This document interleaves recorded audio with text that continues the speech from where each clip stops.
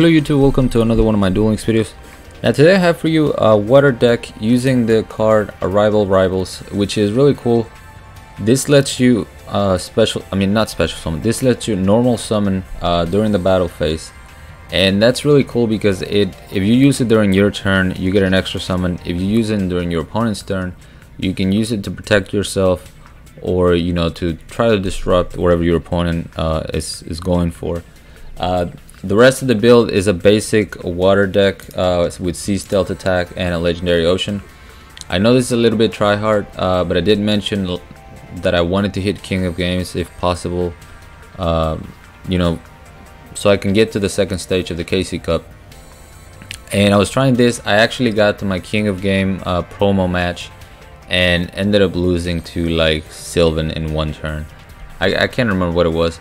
But it tilted me, and then I ended up D-ranking to Legend 2. So I've just been playing on and off. If I don't get to King of Games by this weekend, we might try to do it during the stream. But this is a deck that I'm using. I'm not going to go over too deep because it's a pretty regular water deck.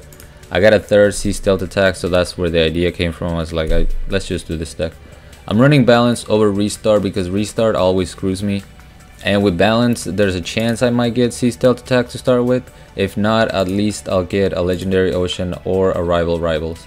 I also have 2 Warrior of Atlantis to search for the Legendary Ocean. And you might think that 3 is a little bit of overkill. I'm fine with it. Again, the build could be different. This was just what I threw together. We're running 3 Gishki Chain because it's a 2000 beater with the field spell. And it lets you manipulate your top deck. So if you already have Sea Stealth Attack, you can prioritize drawing into monsters. You can try to draw into your Arrivalrivals. It's very versatile in the deck, even if you're not plussing off of the ritual monsters. 1 Legendary Fisherman is all I have. 1 Levia Dragon Daedalus in case they destroy my Fisherman. I get a Surge. I basically just needed a level 7. I didn't want to use the Whale because I don't like the Whale. So I just went with Levia Dragon. We have 2 BES Crystal Core. It's nice protection since it can be destroyed by battle if it has counters on there. And then 2 Gigos because I love this card. I love the artwork and I just had to use it. But yeah, that's pretty much it. Let's go ahead and show you some replays. So the way you use Arrivalrivals in this deck is if you're going first and your opponent feels safe, or they break or whatever, you can summon 2 monsters. Any 2 monsters in this deck with the field spell is going to be 4000 attack. So you'll be able to OTK. A lot of times, if I'm going up against something like Cyber Angels and they're going for a Bikini effect, I can banish whatever monster I have with Sea Stealth Attack, and then when they try to go in for the attack, I can just activate Arrivalrivals. So you can disrupt your opponent's plays a lot. But we're going up against Counter Fairies. Pretty nice opening for them, but it doesn't look like they have anything to counter my monsters or my cards. We're going to see Wall Disruption. So my Crystal Core doesn't get destroyed, but I do lose a lot of life. And as you can see, I got to summon another monster. That's another cool thing about Arrivalrivals. You can attack, force them to activate their back row, and then follow up with another monster. Unfortunately for me, it did have the Super Rush, so I lose my Gigo, and I decided to suicide the Gishki Chain since he was at 400 attack. I didn't want to just leave it on the field. My BES Crystal Core is gonna eat up those 2 attacks, and because I summoned Gishki Chain, I already knew what my top deck was gonna be. So we get a Sea Stealth Attack, and this swings the game entirely into my favor. He can negate the effect. So now I just win. We don't care about Wall Disruption. We just tag out and get our attack back. Destroy the other fairy. 3-star the motion into a Sanga of the Thunder. Sea Stealth Attack does not care. And that's the game. So that's where Gishki Chain becomes very important. Like I said, being able to manipulate your draw, it can help you top deck into that 1 card you need to completely switch the game into your favor. 9 times out of 10 that's gonna be C stealth attack, also known as C stank attack by my boy YT Dan. Now we got an Odeon matchup. I honestly don't remember what these duels are. I played with this all morning and I saved, you know, I think like my first 5 or so. We're gonna see Gishki Chain Prismatic, even though I don't have a Prismatic one. C Stealth Attack and Arrivalrivals. So I'm gonna activate C Stealth Attack just just to scare him. I already knew I was gonna top deck this again. It doesn't show on the duel, but every time I summon Gishki Chain, if it seems like I'm top decking the perfect card, that's probably because I put it there with Gishki Chain's effect. We're gonna see Labyrinth of Nightmares. And this is an important thing that I was talking about. We're gonna see the Desert Sunlight. He's gonna switch his rabbit or whatever into defense mode. So I forced him to activate a back row, and now I have a follow-up play.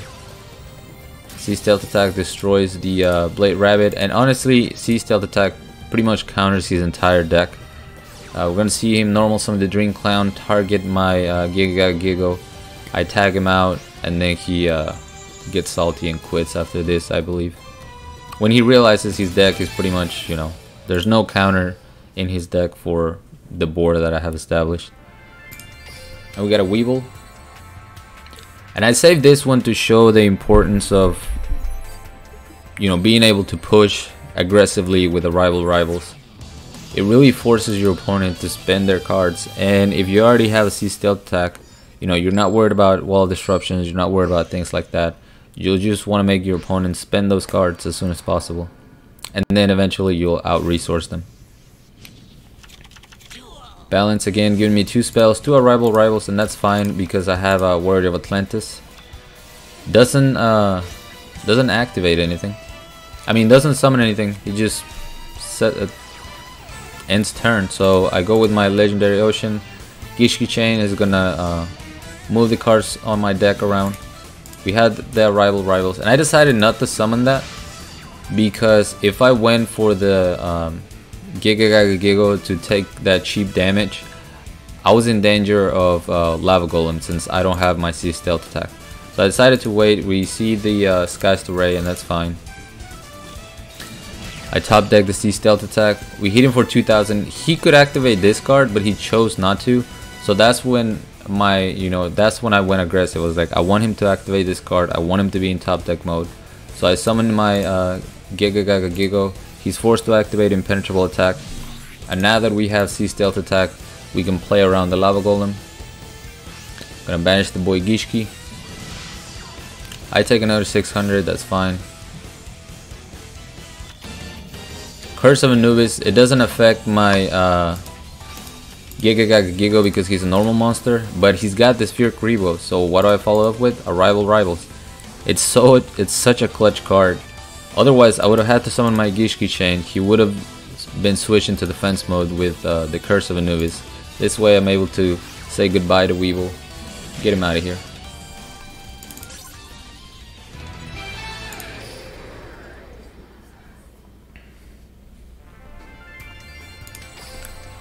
Got a Yami Yugi next.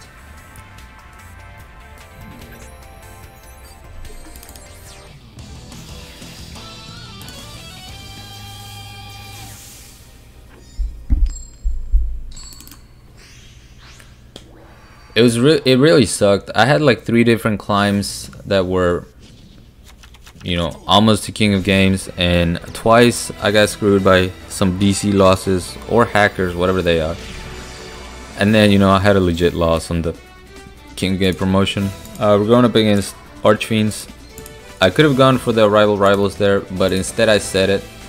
And I had already set my deck to have Legendary Ocean on top. He uses Dark Ward Dealings, and that completely made the play you're about to see possible. So we're gonna send the Levia Dragon into the graveyard, activate Dark Ward Lightning. I activate my C Stank Attack, activating the Legendary Ocean from my hand that I just drew into. We're gonna see Trance Archfiend. He uses Kali Archfiend to bring back the boy Archfiend Emperor, First Lord of Horror. I'm like, no thank you, I will tag out my Gishki chain. Normally, what does that mean? You lose 3,000 attack, 2,000 attack, and you know, if you don't have a back row to protect yourself, you're done for. Instead, I summon my Giga. He gets too cocky and, you know, continues the attack. His Emperor gets out of there and then he just scoops it up. And we got a Mako last. I don't know if this is a mirror match or what this was. There's so many Makos. I didn't have to build my deck on Mako because, you know, I'm just using balance. But that's just where I ended up building it. And I can't remember if this is the mirror match or if this is the fish deck. Oh yeah, it's the fish deck. Mythic Depths. 3 monsters and Rivals. Normally when I have this hand, you know, I'm hoping that one of the monsters is gonna be the Warrior of Atlantis. I think that's his name. But I don't have a third one, so we have a Gishki chain, and that's completely fine. Like I said, you're either gonna get your Legendary Ocean to start with, you're gonna get Warrior of Atlantis, or you're gonna get Gishki chain, and those are all, you know, 3 ways that you can get into your Legendary Ocean. So we're gonna move around our deck. No reason to attack in the 3 back row. We see the Econ take. My boy right here was trying to go for game. That's 1900. A token that's 400 attack, and then my Gishki chain. But guess what, my boy? Flip over that Arrivalrivals. Gonna tribute that bad boy for BES Big Core, which he can't get over because of my, you know, the counters on it.